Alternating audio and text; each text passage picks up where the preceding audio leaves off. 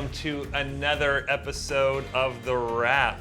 Today, Episode 27? 27, Yeah. I believe. I'm losing count at this point. It's getting so... Well, we were at 26, exactly a half a year.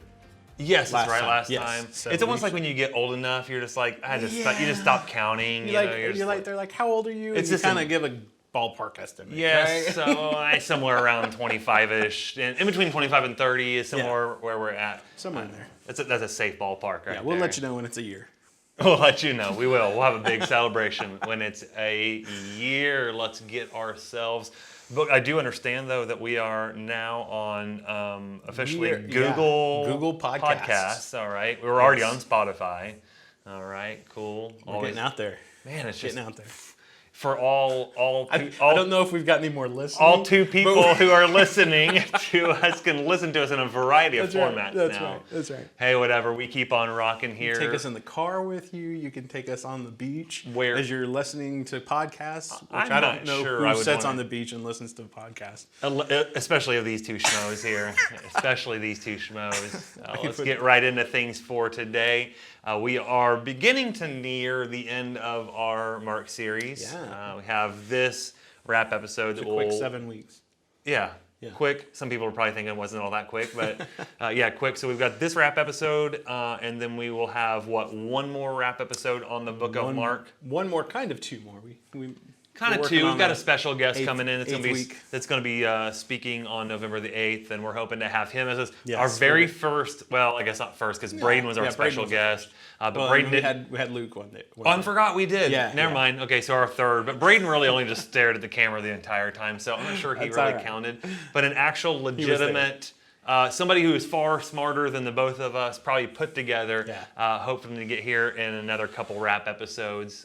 But let's go ahead and get into things for today. And we're moving along. We're in about Mark chapter 9-ish is where we are today. And there's really three stories in Mark chapter 9 that we focused on this last Sunday. That would be the healing of the demon-possessed boy, the argument amongst the disciples of who is the greatest, and then a silly little kind of, it seems like one of those stories, honestly, that's a little bit of a throwaway story. Like, this one really doesn't matter, but it's a big story about John and his inability to wrap his mind around that just because somebody wasn't with them, they really were still with them. Right. So what I really want to talk about a little bit today is I don't want to spend so much time on this demon-possessed boy because we've talked a lot about Jesus healing demon-possessed people. But there's something unique about this story that I just kind of want to highlight a little bit. And I don't know if I said this last time or not, but from about this point on in the book of Mark, Jesus slows things down. He moves from a public ministry to a very private ministry, from a teaching ministry and a healing ministry to what I call disciple 101. Yeah. He's really trying to teach the guys, this is what it means to be a disciple. These are the things that I'm going to have to experience. These are the things that you should expect. We talked about that last time when we talked about suffering and denial and taking up our cross, and they were just like, wait a minute, we can't quite... We didn't sign up for this. We didn't, wait a minute, yeah, we didn't sign up for this. What part of the contract? Was that the very, very fine print?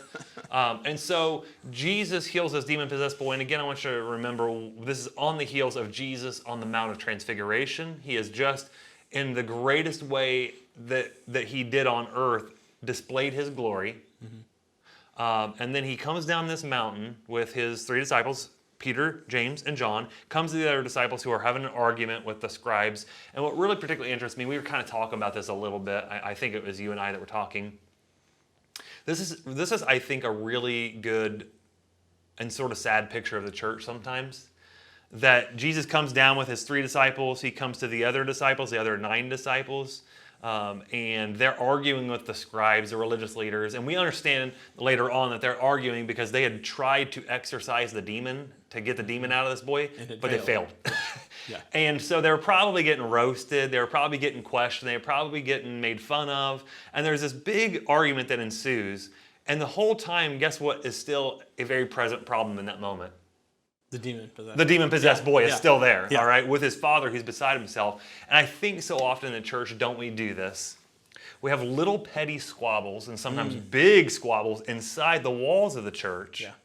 And then also, we tend to want to argue with people outside of the church Yeah. about how they're not doing things right and about how we're right and what we believe and what we stand for. And there's this squabbling and this arguing that's always going on inside and outside the church. But in the meantime, people have real needs. yeah, there's still this glaring need. Yeah, guys, we do the very same thing in our day as we get so caught up in just little minute things, and there's still a world of need that's out there around us that we're totally ignoring because we're caught up in our own selves, which leads me... Yeah, that's a good insight on that. Yeah, which leads me to this second story that happens after the healing They of were the demon. batting 1,000 on this one, weren't they? Man, like, they were... You really see your humanity peeking through, right? Like, because they're arguing, and Jesus is like, what does he say? Remember what his line was there? Oh, faithless generation. How long do I have to be with you? How long do I have to put up with you? He's already exasperated. isn't that the way, like, isn't that the way it works often? Like, you come off from this mountaintop experience, and then just, you get down to the bottom and, bam, something And yeah, hits, you guys have experienced that, haven't you? I know for me, like I go to a conference or a retreat, or you've been to something like a vacation, or you've been to something really great that got you charged up, spiritually, emotionally, whatever it may be. And then, like, not even when you get home, like on the trip home, it's like, oh, man. There's the real world right there, right? Smacks you in the face, both sides. Yes, so they're in this argument. They fail to have the faith to be able to drive out this demon, and Jesus identifies at the end, it was because they weren't relying on Jesus in their prayer life. Right. They thought, well, we've got a handle on this. We don't really. Yeah. No, he says this one can only come out by prayer. Then you move to this next story, and it's, oh boy. They're on the road, and they get to where they're going, and Jesus says, hey guys, what were you arguing about again on the road? They say nothing because Jesus has caught them red-handed. Now, I don't know if Jesus overheard parts of what they were talking about or he fully knew what they were talking about. Regardless. But regardless, he called them out. What's the argument all about? Who is greatest? Who is the greatest? Who is the best of the disciples? Right? Now, what's very interesting about this, Jesus back in Mark chapter 8, when Peter says, you are the Christ, right after it says, that's when he, for the first time, reveals, I have to suffer and die. Yeah. Mark 9, verse 30, I believe it is, for the second time, he says, I'm going to have to suffer and die and be betrayed into the hands of men. And it's right on the heels of that the disciples say, guys, we've been talking about this. James says to John, hey, we've been discussing this. We want to bring you guys in on this. Who do you think is the greatest? And they're all just clamoring for like this spot of greatness. Yeah. And what I recognize about life is that things aren't very different today, are they? Not at all. I mean, Jesus calls us to a life of very serious, diligent discipleship. And here's what it's going to require. Here's what it's going to take to live that life of discipleship. And what do we often do? We get so sidetracked. By what, usually? Ourselves.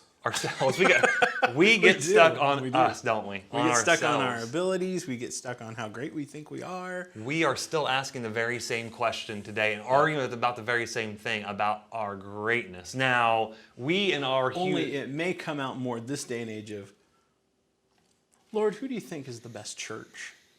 Right? Which one of these Christian groups is better in the kingdom? Yeah, right? which we're going to talk about a little bit more here in just a bit. But I'm convinced now, again, we wouldn't be quite probably as bold and forward with that in our life. Well, no. Some people would. Will, yeah. But most of us have at least an air of humility to us that we wouldn't necessarily ask the question in that way, who's the greatest? But man, we really, really lack humility in our lives a lot of the time. We think that we are entitled to things, that we deserve certain things, that we deserve certain positions, titles, respect, whatever it may be. Don't you feel like that's sometimes a cultural thing too? Oh yeah. Like, I mean, our culture is so focused on self.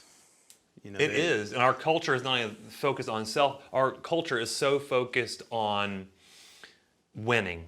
Yeah, we're not mediocre because mediocre is to be a loser. We don't We don't lose well. We don't treat people who we deem as losers very well. If you are a loser, then you have no worth. You are useless to people. And that's kind of how our culture operates. And so then, yes, I think it's a very cultural thing that makes its way into the church, that we begin to start to do the same thing. And I think in a lot of senses, I think a lot of Christians think that winning is the ultimate thing. Yeah. We deal. And our definition of winning is very different from what the Bible talks about. Very different. Absolutely, it is. You know, Absolutely. a lot of times in the church, our definition of winning is butts in seats. Yeah. Right? Or, you know, what programs we offer. You know, how big and how flashy and how glamorous, how glitzy things are. And then what does Jesus really say, though? He said it already to this point, but if you want to, if you want to win, you have to lose. Yeah.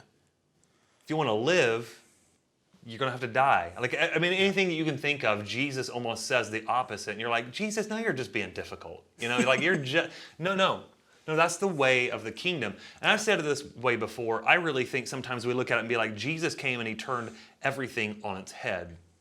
I don't think that's the case. I think everything was already on its head, upside down. Jesus just simply is trying to take it and put it right side up again. Right. And that's disorienting. That's confusing. That's uncomfortable. Especially, when they've grown up in that. So, like, I just imagined it this way. Like, if you came in here to the studio and the rap episode started and I was upside down on my head and I'd been that way, like, for a while, and you're like, what are you doing that for, man? Like, you should be on your feet, standing right side up. But I've become so used to being that way that it's uncomfortable. I don't want to do that. You know, that's a poor kind of connection there. But I think we get into ruts in our life. We get into comfort zones in our life that even though, here's the thing, even though we think things are comfort zones and they're great areas to be in, they cause us a lot of frustration in our life. Oh, they do, yeah. A lot of pain, but we become sometimes so comfortable even in that misery, even in that pain, even in that being less than God has called us to be, that we just stay there. Well, it's what you know, right? And you know, you even see, you know, people who have been in prison for a long time trying to get back there because while it was bad, at least it was familiar. Same thing applies to, I've heard this a lot as well. I don't know, I'm not a military guy, but I've heard a lot of guys who are in the military and they come home. And we know the difficulty of coming home and things like PTSD. And you would think, like, why would they want to go back to that? But they do, just simply so they can be with their brothers, number one, who they've fought with, but just in something familiar, you know? And it's just, it works that way, I feel like, just in all of life to some degree. Yeah. We're so programmed to thrive continuity. Yeah. Right? Like, that's what we like, that's what we're comfortable in, and anytime that changes. And when God calls us to another way, which is the kingdom way, which is how we should be living, we often choose to live the other way because we're like, that's just too much for me. Yeah. And again, not that it's like some radical. I'm convinced the more and more I read Scripture, we look at it, we're like, Jesus, that's radical. It's not. It's actually, it should be the normal way. Yeah, it's a radical change. It's a radical change. It's a very different way of living. But it's the normal way that a Christian should be living. And so, we have these guys, I just call them chuckleheads. That's kind of what they are. Like, who's the greatest? Who's the greatest? I even brought this up on Sunday too. The night before Jesus dies in the upper room, what was their topic of conversation again? Who's going to betray you? Who's the greatest? They ask it again. Well, that's true. That's right. Over that's and right. over. They did ask that they again. ask it again right before he's getting ready to be arrested and beaten and tried and crucified. Which one of us is the greatest? Who's going to sit on his right? Who's going to sit on his left? Jesus, you know what does Jesus say? He's like, you guys don't know what you're asking, do you? You don't ask me. Can you take on the suffering that I'm going to be taking on? Oh, yes, we can. Well, he says, yeah, you will, but it's not right now. You know, they don't even know what they're asking for. And so they've got this big discussion. When he does get, taken into custody, they'll scatter. Oh, yeah, right? Going like, oh, yeah, okay, thanks, guys. You said that. So he comes to the end of this, and he does the famous, he pulls the child into in amongst them, and he sets the child on his lap. And again, we talked a little bit about that. Today, we are so child-centric in our world, in our families.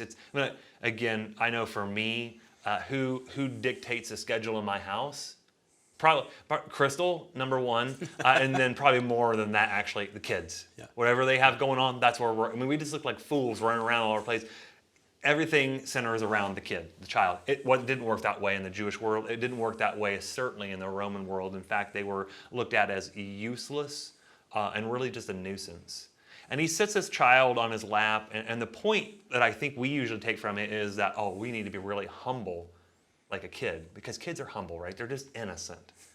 And certainly there's some of that to that. We want to be innocent as kids, but that's not the point Jesus is making here, because he follows it up and says, whoever welcomes one of these, children or those like them also welcomes me. And if you are welcoming me, you're also welcoming the Father who has sent me.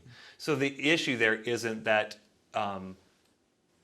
being a child is the model for humility. It's welcoming those like that child who are helpless, defenseless, can't pay you back for anything. Right. That's the model of humility. How do you treat them? How do you treat people in life? And that's a great question. How do you treat the people in life that can't pay you back? Exactly. That's a great question to consider.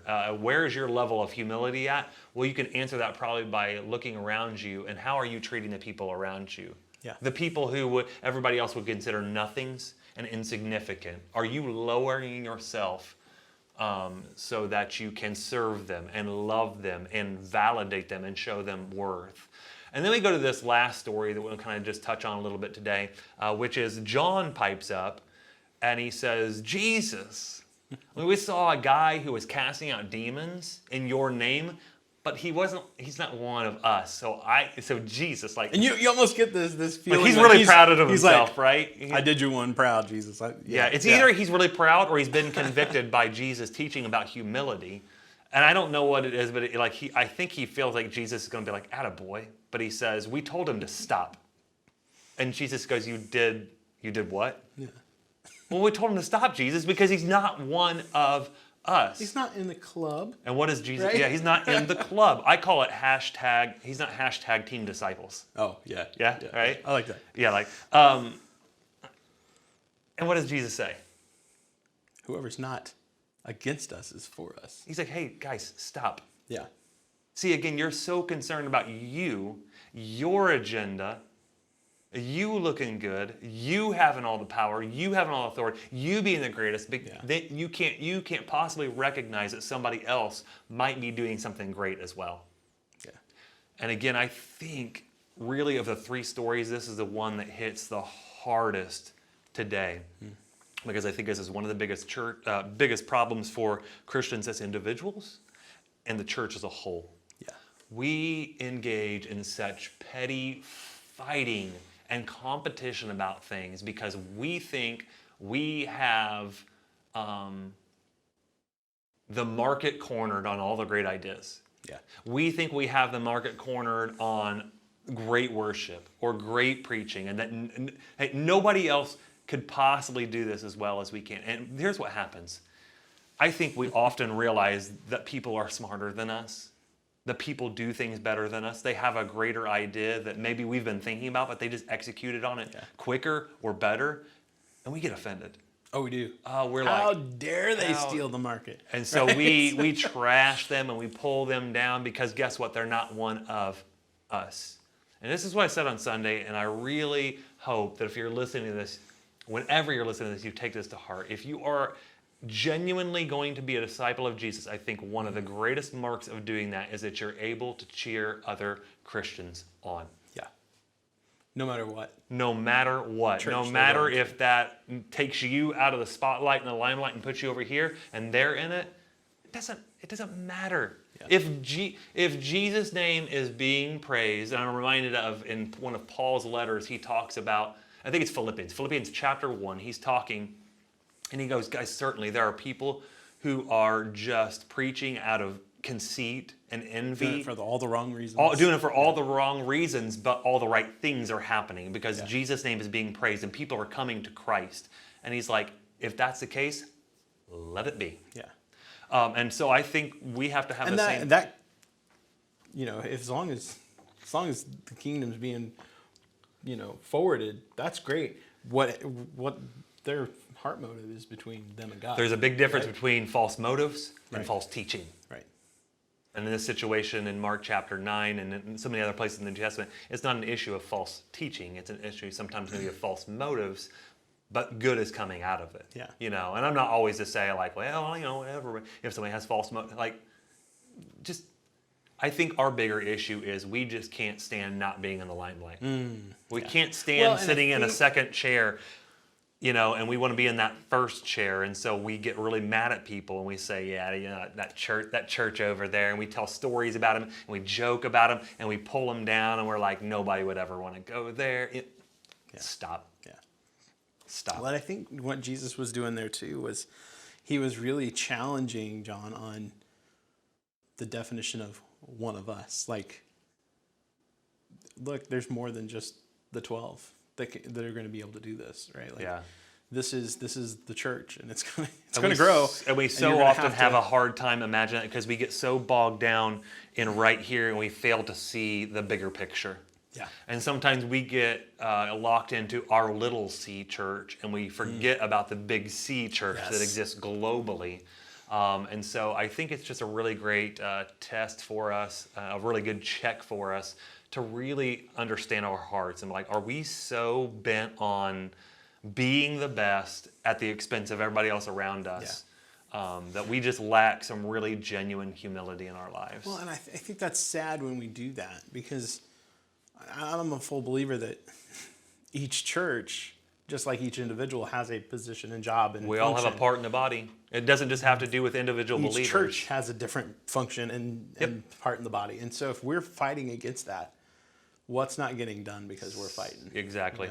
Which again takes us right back to the very beginning of the story of the disciples arguing amongst themselves. It happens at the very end too. We are so often, we're so often bent on, well, we're not getting the praise that's due to us. Well, that church over there doesn't need to stop. Yeah. Do what God has called you to do. Be where He has planted you to be. Yeah. And everything works out in the end. Yeah. And guess what? It's not about us. It's about the glory of Jesus Christ and I going around this sometimes world. think that God, in order to keep us humble, very well sends those people who are better than us. Right? Because that's a really good reminder of, okay. Yeah, can I share something? I'm not the, I share something. greatest thing since sliced bread. I do this only because it just happened recently, and it's a good cap to this episode and a good illustration of this. So we were out the other day at the Johnson family graveside service. This guy right here, just showing off his vocal capabilities, and little old me just gets up there doing my sermon, and it's just everybody was just like, oh my land, what you did and what you sang was so moving and it was so great. And at that moment, I could have been like, and I kind of half joked, but I was really truly joking. I was like, I'm not going to bring this guy along with anymore. I could care less. That was so far away from being about me. It was all about bringing comfort and peace to that family. And I walked away from there, and you know what I genuinely felt? I was like, boom, what a great ability for us to team together to bring comfort and peace to a family. I mean, that was fun. That was amazing to be able to do that. Yeah. And I just walk away and I just go, God got the glory there. God got all glory in that situation. And I don't mean that with any false sense of humility or an air of that. I really, truly mean that. And so I just thought that was a great example of what God calls us to. And that really is what He's calling us to, guys, is for that we would be people who are marked by many things, but one of those being today true and genuine humility in all things. And the ability to work with others. Yep, and the ability to play nice. Play nice. That's Let's all get in the sandbox together and not throw it in each other's faces. Yeah. All right, that's really what. Because we can encourage one another. You and I were talking about that not too long ago of, it would be great to see, and I think we're starting to see that a little bit, especially in the Connersville area, of ministers encouraging other ministers. There you go. And being there for one another when Absolutely. times are tough. Yeah. And that's the takeaway for today, I think, is in your life right now, who in the world do you need to thank? Who in the world do you need to encourage? And that may just mean that elevates them to the spotlight, but who cares? Like, great things happen when we encourage, when we thank, when we cheer each other on. It may be someone from another church you have to thank. Oh, no. How about that? Guys, great stuff for today. Hopefully that kind of charged your engines, sets you going into the weekend really, really well, and gives you some things to think about. So we will see you guys the next time on The Wrap. See you guys.